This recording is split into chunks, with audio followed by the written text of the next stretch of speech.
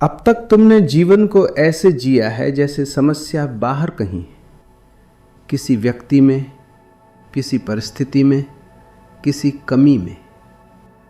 आज पहली बार दृष्टि को उस दिशा में मोड़ा जाएगा जहां देखना सबसे कठिन होता है, अपने ही भीतर। गौतम बुद्ध ने कभी कहा नहीं कि इच्छाएं पाप है। उन्होंने सिर्फ इतना कहा, अंधी इच्छाएं तुम्हें चलाती हैं और जो चलता है वो शासक नहीं होता। ये प्रवचन तुम्हें शुद्ध बनाने नहीं आया है, ये तुम्हें शक्तिशाली बनाने नहीं आया है, ये तुम्हें स्वतंत्र बनाने आया है। और स्वतंत्रता की पहली शर्त है ये देख पाना कि तुम किन डोरियों से बंधे हो। अब अगर तुम तैयार हो अपनी सबसे गहरी पकड़ को देखने के लिए तो सुनो, अगर नहीं तो भी सुनो, क्योंकि कई बार सुनना ही शुरुआत होता है। कहा जाता है, और यह केवल कथा नहीं, एक गहरी प्रतीकात्मक सच्चाई है, कि जब गौतम बुद्ध को बोध प्राप्त हुआ उस क्षण ऐसा नहीं था कि केवल एक व्यक्ति जागा हो। उस क्षण मानो पूरी चेतना की दिशा बदल गई। कहा जाता है कि ब्रह्मा, विष्णु और महेश, जिनके सामने समस्त ब्रह्मांड नतमस्तक होता है, वे भी बुद्ध के चरणों में आकर झुक गए। ये कथा ये नहीं कहती कि देवता छोटे, बल्कि ये संकेत देती है कि बुद्ध वहां पहुंच चुके थे जहां पहुंचना देवताओं के लिए भी सहज नहीं है। बुद्ध की ऊंचाई देवत्व से भी ऊपर की ऊंचाई थी, और यहीं पहली बार यह बात स्पष्ट होती है कि देवता होना और बुद्ध होना एक बात नहीं है। देवता शक्तिशाली हो सकते, प्रभावशाली हो सकते, लेकिन इच्छाओं से मुक्त हों यह आवश्यक नहीं। कथाएं बताती हैं कि महान ऋषि नारायण गहरी साधना में लीन रहते थे। वर्षों का तप, वर्षों का संयम। पर एक दिन जंगल में तप करते समय उनकी दृष्टि एक सुंदर स्त्री पर पड़ी, बस एक क्षण, और उसी क्षण मन में आकर्षण की हल्की सी तरंग उठी। धीरे धीरे वही तरंग कामना में बदली, और फिर वही कामना पूरे मन पर छा गई। वे उस स्त्री से विवाह करना चाहते थे, पर अपने सामान्य शरीर को देखकर उन्हें लगा कि वे उसके योग्य नहीं हैं। इसी बेचैनी और आकांक्षा में वे अपने इष्ट विष्णु के पास पहुंचे और बोले, प्रभु, एक दिन के लिए मुझे अपना दिव्य सौंदर्य दे दीजिए ताकि मैं विवाह का प्रस्ताव रख सकूं।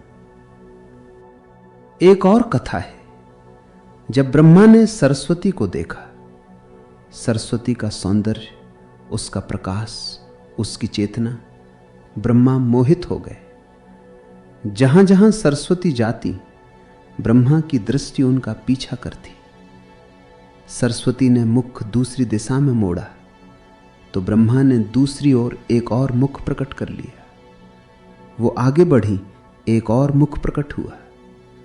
कहा जाता है कि इसी क्रम में ब्रह्मा के 4 मुख बने, और जब सरस्वती ने ऊपर की ओर देखा तो ब्रह्मा ने 5वां मुख भी बना लिया। यह कथा यह नहीं बताती कि ब्रह्मा चरित्रहीन थे, यह केवल यह दिखाती है कि इच्छा और आकर्षण की शक्ति इतनी गहरी है कि सृष्टि के रचयिता भी उससे पूरी तरह मुक्त नहीं रहे। आज भी इंद्र अपनी अप्सराओं में उलझे हुए, स्वर्ग में भी वही इच्छाएं, वही भोग है, वही सुख की दौड़ है। बस अंतर इतना है कि वहां सब कुछ अधिक सुंदर है, अधिक चमकदार है। सुंदर शरीर, सुंदर वस्त्र, अनगिनत सुविधाएं, पर प्रवृत्ति वही है, कामना, भोग और तृप्ति की अंतहीन खोज। इसीलिए लगभग हर धर्म, चाहे वो हिंदू हो, जैन हो, बौद्ध हो या ईसाई काम वासना को एक प्रकार से शत्रु कहता है।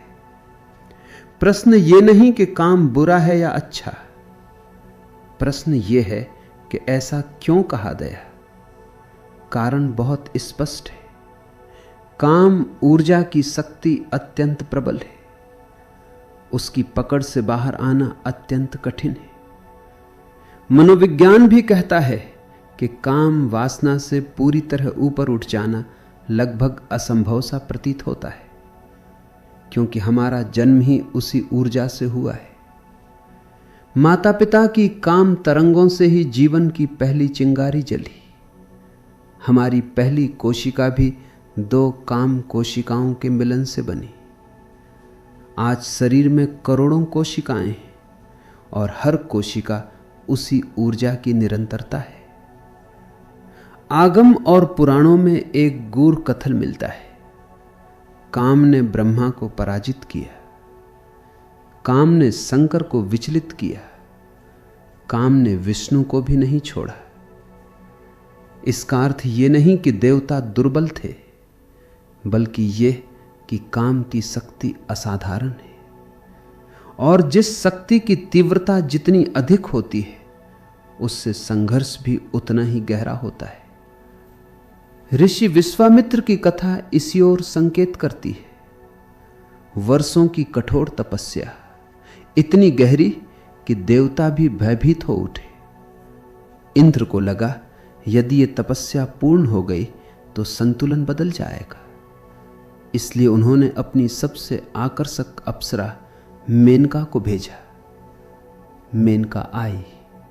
उसकी सुंदरता, उसका सौंदर्यबोध, उसकी चाल धीरे धीरे ऋषि का ध्यान डगमगाने लगा। वर्षों की साधना क्षणों में बिखर गई। 1 दिन नहीं, 2 दिन नहीं, वर्षों तक वे उसी मोह में डूबे रहे। बाद में जब चेतना लौटी तो पीड़ा अपार थी। यह कथा एक कठोर सत्य कहती है।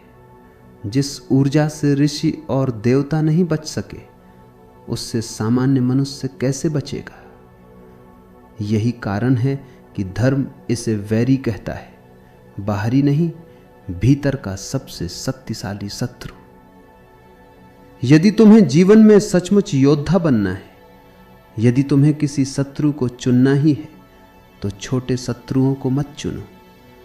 छोटी बातों से लड़कर छोटी जीत मिलती है। बड़ा शत्रु चुनो, क्योंकि बड़ी जीत वहीं छिपी है। एक छोटी कथा है। जंगल में एक गधे ने शेर को खुली चुनौती दे दी। शेर चुपचाप वहां से चला गया। लोमड़ी ने पूछा, आपने चुनौती क्यों नहीं स्वीकार की? शेर हंसा और बोला, गधे से लड़ने में मेरी ही हार है। जीतूं तो भी अपमान, हारूं तो और भी अपमान। समझदारी यही है कि ऐसे संघर्ष से दूर रहा जाए। यही जीवन का नियम है। छोटे झगड़ों, छोटी कमजोरियों में उलझे रहोगे तो जीत भी छोटी होगी और हार और भी छोटी, पर पीड़ा बड़ी। इसलिए शत्रु चुनते समय सावधान रहो। अब आओ बुद्ध और मारा की कथा पर। जिस रात बुद्ध को बोध मिलने वाला था, उस रात समस्त अस्तित्व मानो सांस रोके खड़ा था, पर मारा भयभीत था। मारा जो कामना, मोह और भ्रम का प्रतीक है। मारा जानता था यदि बुद्ध जाग गए तो उसका साम्राज्य ढह जाएगा। उसने अपनी सबसे बड़ी शक्ति झोंक दी, कामना। अप्सराएं, संगीत, सुगंध, सौंदर्य, सब कुछ। पर बुद्ध बैठे रहे, देखते हुए पर हिलते नहीं। जैसे पहाड़ के सामने से हवा गुजरती है, पर पहाड़ अडिग रहता है। इतिहास गवाही देता है, बुद्ध की सबसे बड़ी लड़ाई बाहर की नहीं थी, न सेना से, न भूख से, न कष्ट से।